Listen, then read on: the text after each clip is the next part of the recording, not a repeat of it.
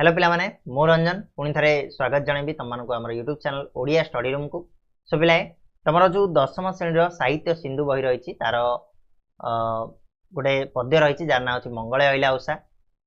तार किसी प्रश्न रही तार किसी सरलार्थ रही आम आलोचना करवा या पूर्व वीडियो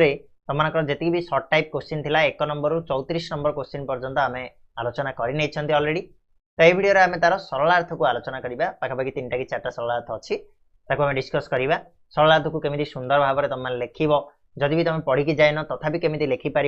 से विषय तुमको डिटेल बुझेबी सरलार्थ लिखार फर्माट टी जनईदेवी तो वीडियो को लास्ट जाए देखो और जब वीडियो पसंद आसे लाइक कर चैनल नुआ थे सब्सक्राइब करके बेल नोटिफिकेशन को ऑन करनब ठीक अच्छे आरंभ करवा सरलार्थ प्रथम क्वेश्चन रहा पे तुम पाखे जे देवाई नवजीवन स्वर्ग की ओह्ल मर्त्य भुवन तो ये पिला उषांकर आगमन कथा ये कहुई कवि गंगाधर मेहर उषा जो आसती सती सीता को दर्शन करने जो शालीनता जो कौन से कौन मर्त्यभुवन जो परिवर्तन देखाई उषा आसला सेटा को लक्ष्य करी से कहते ये विषय चलो आम देखा केमी कौन लिख देख जिते सरलार्थ लिखुच प्रथम वार्ड आउ शेष वार्ड वेरी वेरी इंपोर्टाट ताकू तुम इन्वर्टेड कमा भितर रख मझे डट डट रहा तापर पिला माने ये जो पैटर्न टाको एटा को मन रखी दियो ये तुम 1 मार्क कि 1.5 मार्क ये तुमको मिल जे संसित पद्यांशटी उद्धृत पद्यांशटी जहाँ भी लिखिपर कवि गंगाधर मेहरंक मंगले अइला उषा शीर्षक कवितार आनी तो ये कवि ना रवितार ना रेरी वेरी इंपोर्टाट ये 1 मार्क तुमको मिल तापर तुम ये 2 लाइन रे कौन कहुई टे लिख जे आलोच्य प्रसंग रे उषा देवी आगमन में मर्त्यभुवन जो परिवर्तन देखाई नूतनत्व परिलक्षित होती कवि ये वर्णना कर ठीक अच्छे तो देख केमी कौन वर्णना कर कवि मंगलमयी उषा सती सीता दर्शन पर आवेग हृदय हो आश्रम प्रांगण में आसिक उपस्थित होती पहुंची सीता को उपहार देवा निमंते से करपल्लव निहार रूपक मुक्ता धरी उपस्थित होती करपल्लव अर्थात जो कौन कौल कोमल पत्र रे जो शिशुर बिंदु लगी से शिशुर बिंदु को एठी मुक्ता सदृश तुलना करपल्लव क्या कहते से जो कौन कौल पत्र को करपल्लव सहित ये तुलना से आसिक पहुंचती सती दर्शन पर उषा जेपरी कोकिल कंठरे सीता को दर्शन देवा निवेदन करने सहित राति पाइबार सूचना देउछंती कलकंठ कंठे कहला दर्शन दियो सती राति पाइला ना कि कलकंठरे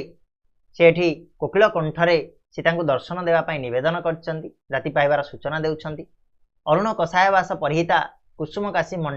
कांडी कांति मंडिता उषा को कवि स्वर्गपुर आसीथिबा कही जोगीश्वरी बोली तर्कणा कर सते जमी जड़े जोगीश्वरी स्वर्गपुर मर्त्यपुर को ओह्लई आसती सते जभली आश्रमवासिनी शोकजर्जरित सीता सती सीता को नवजीवन देवाई नुआ जीवन टी प्रदान करने से मर्त्यभुवन को आगमन घटी बोली कवि ये वर्णना कर ठीक अच्छे ये लिख बेस तुमको 5 मार्क को कई भी 1 मार्क काटी पारे ना तापर पे नेक्स्ट क्वेश्चन जा 36 नंबर वैकुंठे देई त्रुपति अनंत श्रुति की गति बिहिला की सरस्वती बीणा झंकार ठीक अच्छे ये आसला वैकुंठ प्रथम वार्ड बीणा झंकार होमर शेष वार्ड तो पे या भी लिखा सेमिका ढंग से संचित पद्यांशटी कवि गंगाधर मेहरंक मंगल अइला उषा कवितार आसी उद्धृत आनीत आलोच्य प्रसंग ये प्रसंग में आमर कौन कहुई कवि आश्रम उषांकर आगमन किपरि सकाळ आश्रम प्रकृति संगीतमय हो उठी सात्विक हो उठी तार संपूर्ण वर्णना कर जो ऋषि मुनि मानकर जो वेद ध्वनि जो ओंकार ध्वनि सारा बण रे पूरा खेली जाइए बण रे पूरा कौन हो शुणा जाउछि ताकू एठी सरस्वती बीणा झंकार सहित तुलना करछंती से कथा को एठी जे प्रतिपादन करछंती चला आमे तार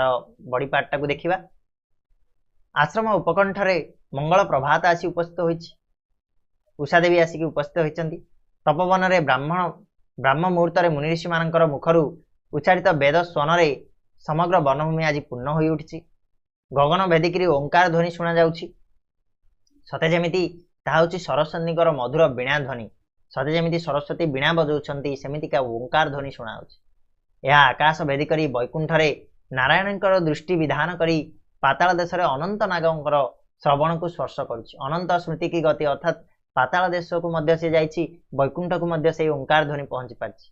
अर्थात यह मध्य कह जाई पार जे से मधुर ओंकार ध्वनि अनंत श्रुति अर्थात असंख्य जनप्राणी मानकर श्रवण रे पहुंची से मानकर मुक्ति विधान करुच्ची समस्त श्रवण को सही कौन ये जाकि सेटा मुक्ति प्रदान करछि बोली कह जाइछि ठीक अछि नेक्स्ट क्वेश्चन पिला माने जिबा भाग्यवती मते संसारी बोलिबे तो जोगु एका पर संसारे ठीक अछि एठी किए ही जिनसटा कहिछि पिला माने ना तमसा नदी जेतेबेले तमसा नदी को स्नान करिया पई जाइछन्ती सती सीता तमसा नदी सती सीता को आगमन को अपेक्षा करिकि रहिछन्ती आ सती सीता को से तांको कोळरे कुलाग्रत करिकि से निजको भाग्यवती कहिछन्ती जे संसार रे मते आजी समस्त भाग्यवती बोली कहबे सती शिरोमणि सीता आजी मोर अंकरे विहरण करिछन्ती तेनु ठीक अछि तो उत्तर लिखिबा पिला माने भाग्यवती पर संसारे उक्त पद्यांशटी कवि गंगाधर मेहरंक मंगल आइला उषा कवितारू गृहीत बा अनीत बा उद्धृत जा लेख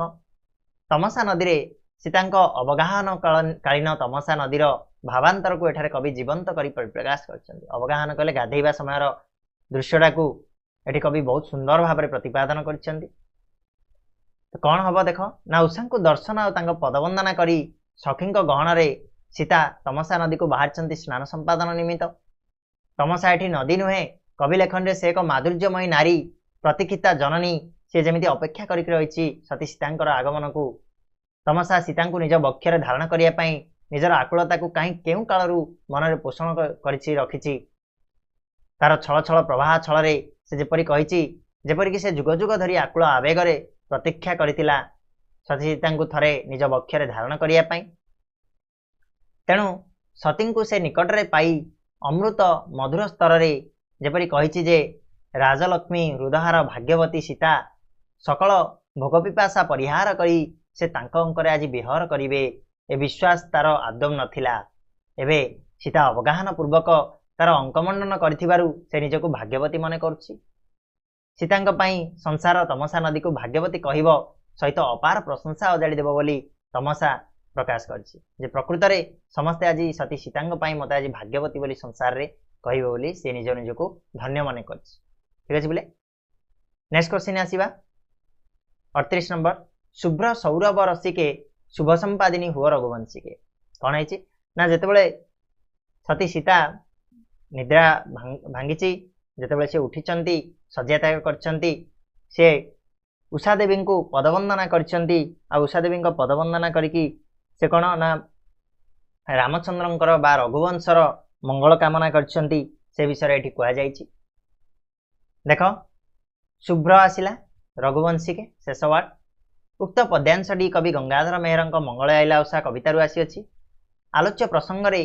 सती सीता रघुवंशर मंगल साधन निमंते किभଳି उषा को प्रार्थना करछंती से विषय कवि एठी वर्णना करछंती देख कवि मतरे सीता रहउतिबा वाल्मीकि आश्रम रे उषांकर आगमन घटिछि नाना उपहार धरी सती सीतांक दर्शन पाई उषांकर आगमन घटिछि तांकु दर्शन करी सीता मध्य